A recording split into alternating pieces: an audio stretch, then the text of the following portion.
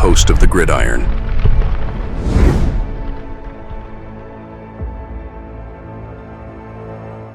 All right, welcome to the Gridiron, baby. If you can give this video a thumbs up or maybe share this video, that will be absolutely freaking phenomenal. If you subscribe to my channel, thank you. If not, please go down below, hit the subscribe button, hit that bell icon. That way next time I go live or if I put a video out, you'll be notified. And it's free of charge. What do you got to lose? It's totally free of charge. But if you are subscribed to my channel, thank you. If you want to help support my channel, description box below, one of the top links almost in the description box takes you to my membership page. I got 3 different membership levels. Each one has their own little perks to them. So once again, if you want to help support my channel, it would mean so much to me. And I thank you in advance. Thank you. And then finally, just underneath that link in the description box is another link. Takes you to my Facebook group. It's called the New York Giants, the Gridiron. It's my Facebook group.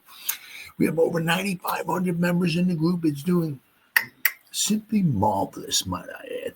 Basically, if I'm alive and breathing, and if I got internet access, I'm putting stuff in this group darn near 365. It's called the New York Giants, the Gridiron. It's my Facebook group. Please join it. You will not be dissatisfied. I promise. All right, guys. Well, it's well, let's see what it is. In Eastern time zone, it's only 1 o'clock in the morning here. So 12 hours and counting until we get some more pain. Right? Just another, this is like the Novocaine season, right? You need a big shot of Novocaine week in and week out. It's just, obviously, thankfully, it's just a shame. It really is when you just, it's. I don't know. When was it for you?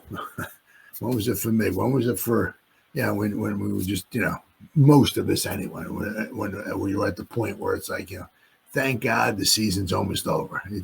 But we keep saying that, unfortunately, right? And tomorrow will be no different. There'll be absolutely no different tomorrow. It'll just be like, how we,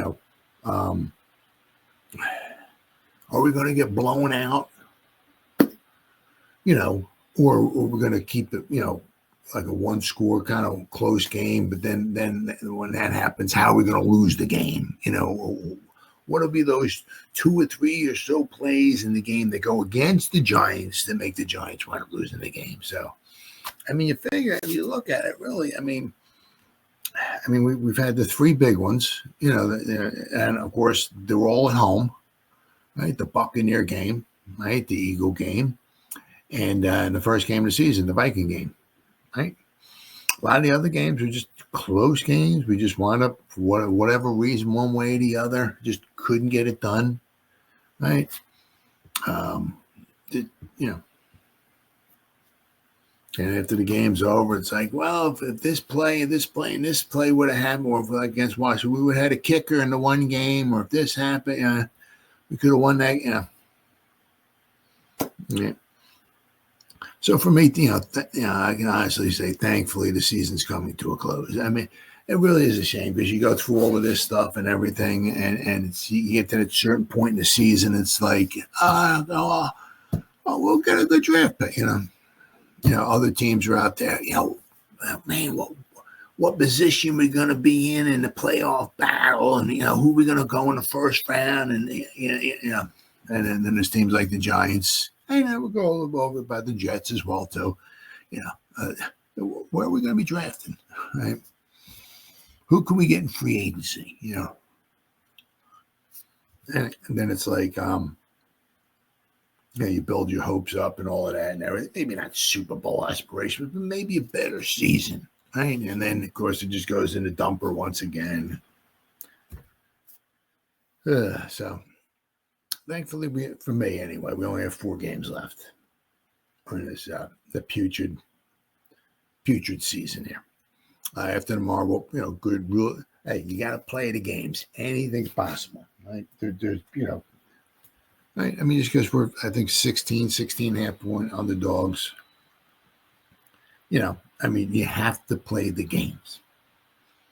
You got to kick off. You got to play the 60 minutes. A lot of things can happen in 60 minutes. A lot. You know, for the Giants to keep it close, it's not going to be easy. They're going to have to, get some lucky breaks. I mean, like what happened 2 years ago, right? Remember that toward the end of the game, right? The bad snap, right? Lamar Jackson got past him. Of course, the freakish athlete that he was, he ran back, picked the ball up, and he was running, and he threw the ball, and it got picked off, right? Or also when Kayvon knocked the ball out of his hand, and I think Leo the Lion jumped on it. We got the ball. You're going to need stuff like that. We're going to need that to be able to turn it over. Almost everything's going to need to go the Giants' way, right? Hasn't happened yet for the Giants this year, and I don't see why it would happen. The Ravens, we've got a couple articles to read over here and all, but I mean, the Ravens, I've been coming off a bye week. They're fighting for their lives as far as for the playoffs, because I mean, for them not to make, I mean, they got two really easy games that they should win. I think the Giants in Cleveland. Then I think they got to play Pittsburgh and the Texans.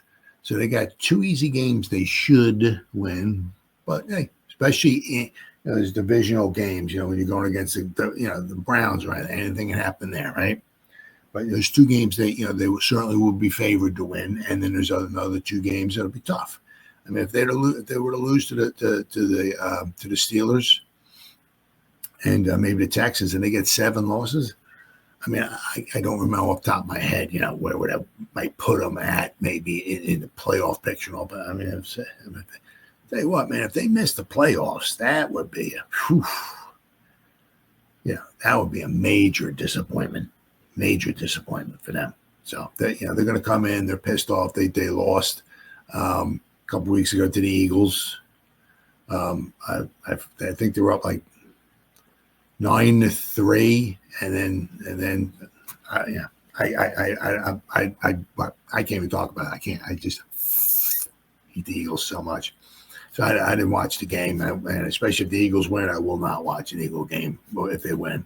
So exactly what happened, but the Ravens were winning like 9-3, and then it went from 9-3. They were up to they were down 24-12. So somewhere along the line, they got outscored 3 touchdowns to 3 points. The Eagles outscored them 21-3 one stretch. What happened? I don't know.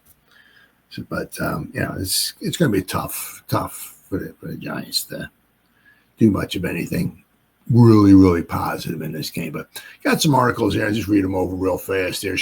Go over some numbers and some stats and all that stuff and everything. I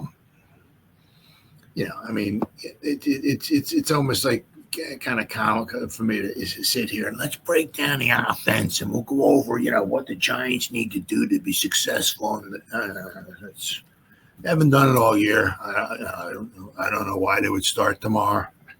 I mean, so. But that's it.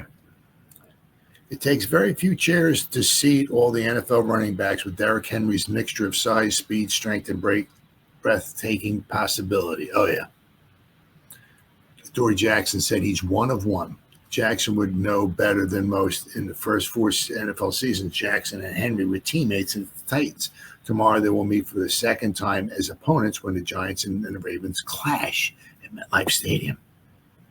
When the two played together, Jackson often thought how fortunate he was not to have to try to tackle Henry, but he wouldn't be able to avoid him tomorrow. That is for sure.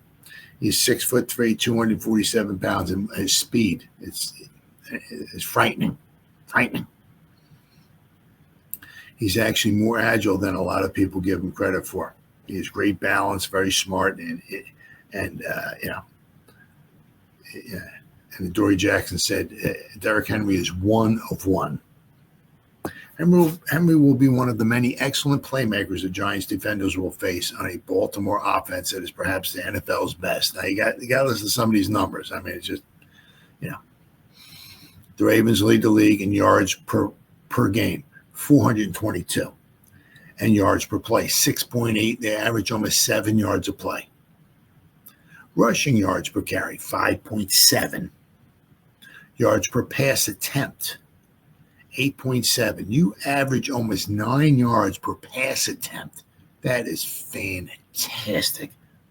I mean, they're averaging on a pass attempt almost a first down on every pass attempt. The Giants are averaging 3 inches on every pass attempt. I mean, it's a joke, absolute joke. And they're second per in the NFL in first downs per game with 22.9. So they average 23 first downs a game. And rushing yards, 179 yards rushing a game. Now, of course, a lot of that also has to do with Lamar. And they were a lowly third in yards per game, points per game, 29.5 points per game. Giants are like half of that. Giants are, let's see, so the Ravens average almost 30 points a game, 29.5. The Giants average almost 15 points a game. When Baltimore, and this is like the line of demarcation right here. When Baltimore scores 28 points or more, they're 8-0. When the Ravens have scored 30 or more points 5 times, and I'm sure it would be rather shocking if they didn't score at least 30 points tomorrow. But anyway, but when they score fewer than 28 points, they're 0-5. So the Giants have to try to hold them to under 28 points. But, of course, the Giants would also have to score 28 points. And the Giants don't do that. So the Giants will face a dynamic team without their 2 leading tacklers, Newman and Okereke. So that does not help much. However, the Giants did show, right, last week against the Saints, they were able to keep Alvin Kamara on the check. I mean, they did a very good job, defensively. But the Saints offense is not what the Ravens offense is either. Carr is not Lamar Jackson.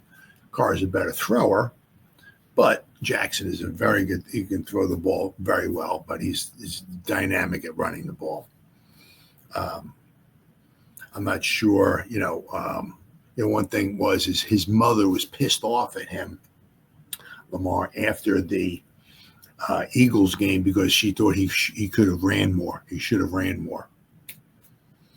And I think he vowed to run more. So Giants got to be prepared tomorrow. That is for sure. Shane Bowen said it's a big challenge.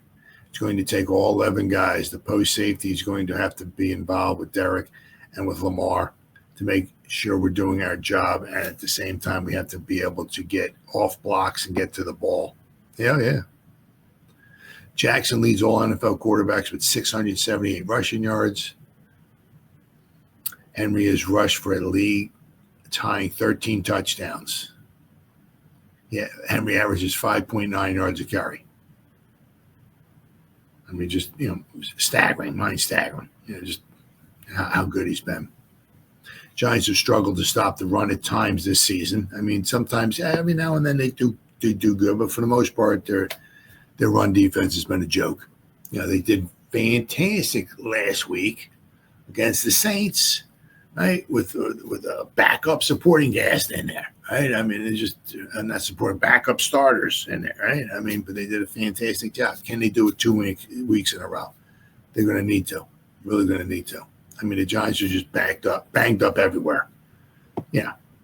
I mean, all 3 levels, really. I mean, it's on defense, right? They're banged up. The defensive front, banged up. Okereke, right? He's out. Our safety's out. Cornerback play, we got guys banged up in the corner, banged up everywhere. Kind of tough to win. Really tough to win. Let's see here. But there's also one thing too is that the Ravens are coming off their bye week, but they're also going to be heading into a stretch here where they have, I think it says in this article, I think 3 games in 10 days. So in this one little article here, they're also cautioned,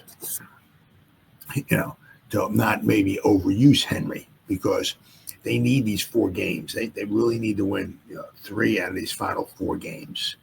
So they don't want to maybe overuse him too much, right?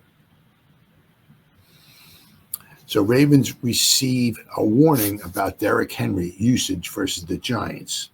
Making smarter use of Derrick Henry should be the priority for the Ravens ahead of a run of 3 games in 10 days. But, it's not like they've been playing, they just came off their bye as well, too. But needless to say, you play 3 games in 10 days. That's a lot, right?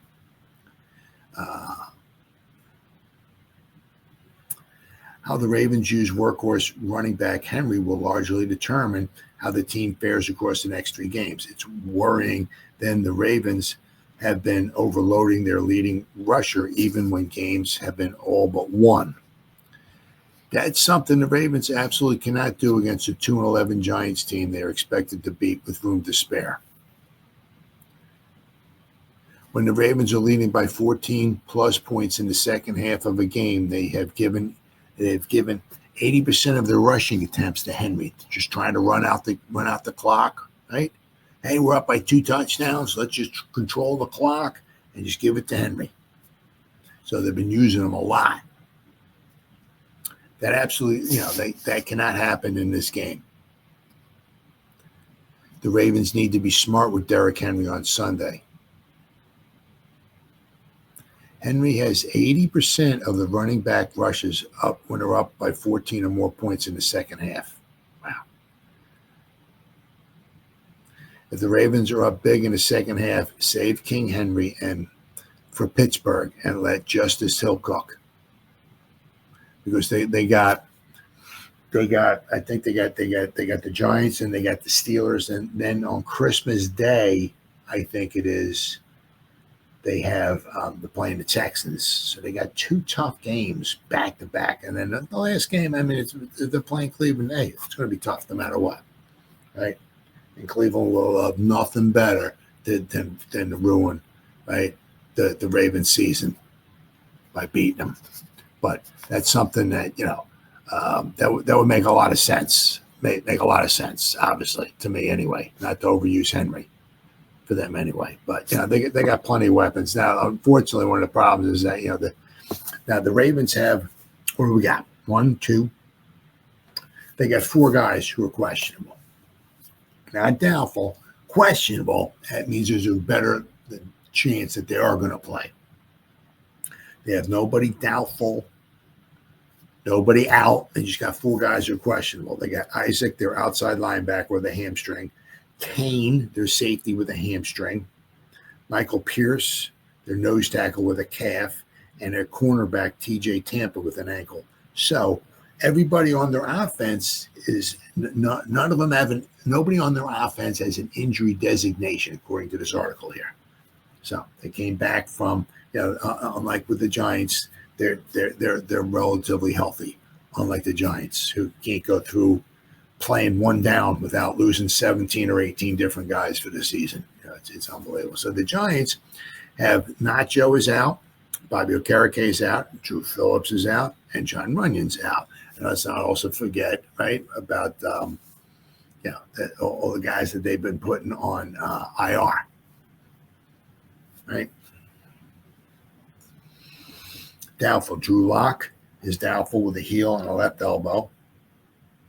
Right, Drew, let's see. Cordell Flott with a quad. He's doubtful. So we got, Phillips is out. Flott is doubtful.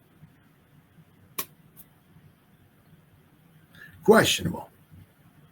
Deonte Banks is with a rib. Questionable.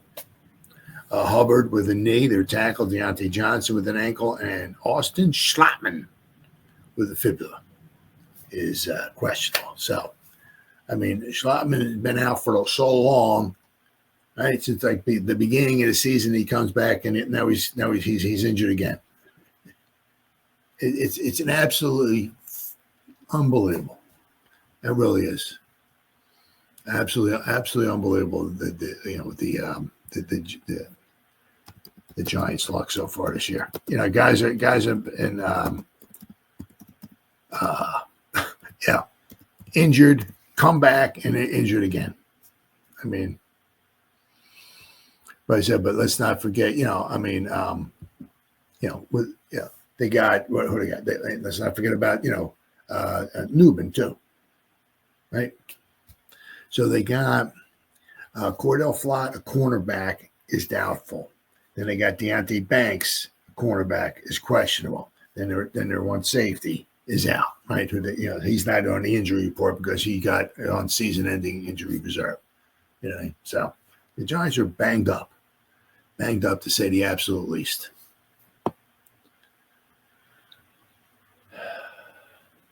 One thing they're talking about filling in for Newman, right? Giants have been decimated by injuries on both sides of the ball this year. The latest that started to land on injury reserve is Tyler Newman. So they're going to need to have somebody in there now. I guess might be, I guess Dane Belton, right? Bellinger did nicely last week in the absence of obviously for Theo, right? Bellinger's going to need to get some balls. This is just one of those things. It's kind of, there's no magic. We need to control the line of scrimmage, control the run, get the running game going. And off of that, let's hit some passes. We can't drop any balls. We got the guys are there. We got to hit them. Let's try to, attack the middle of the defense. That's where they're weakest. That's in their zone. That's where they're weak. There's going to be, ain't none of that. Ain't none of that. I mean, the Giants are going to need to get some bounces going their way, period. Right? Tucker, right? He's been stroking the Stromboli also. I don't know what the hell's going on with that guy. I know he missed some kicks against the Eagles. Once again, the Eagles luck out, right? Giants are going to need him to miss all of his field goal tries. If he even go, I know he missed an extra point against the Eagles, so the Giants are going to need for him to miss an extra point. It's just almost everything's going to need to go the Giants' way. For them to try to pull this one out. I mean, it's just plain and simple. I mean, the Giants are banged up. They were decimated. We're on up. Basically, they had Lamar Jackson as their quarterback every year. I'm sorry, every game, right? The Giants were at Daniel Jones, Tommy DeVito, Drew Lock, back to Tommy DeVito. We're playing musical chairs with the quarterback. Right? Let's hope. That maybe Malik can get another 5 receptions or so and pick up another maybe 50, 60 yards, whatever it is. It would be nice to see if maybe he can get himself 100 receptions and 1,000 yards. That would be fantastic. Really, really would be fantastic. I don't expect much from this game. Once again, the game could be over by halftime. Could be the Buccaneer kind of thing where we're down 23-0. So don't expect much from this game. This is certainly be a good case for a lot of these guys who may not normally get a chance to do much playing, to step up, make a few plays, see what they can do going forward, especially if this regime is coming back next season, right? Let some of these guys step up, right?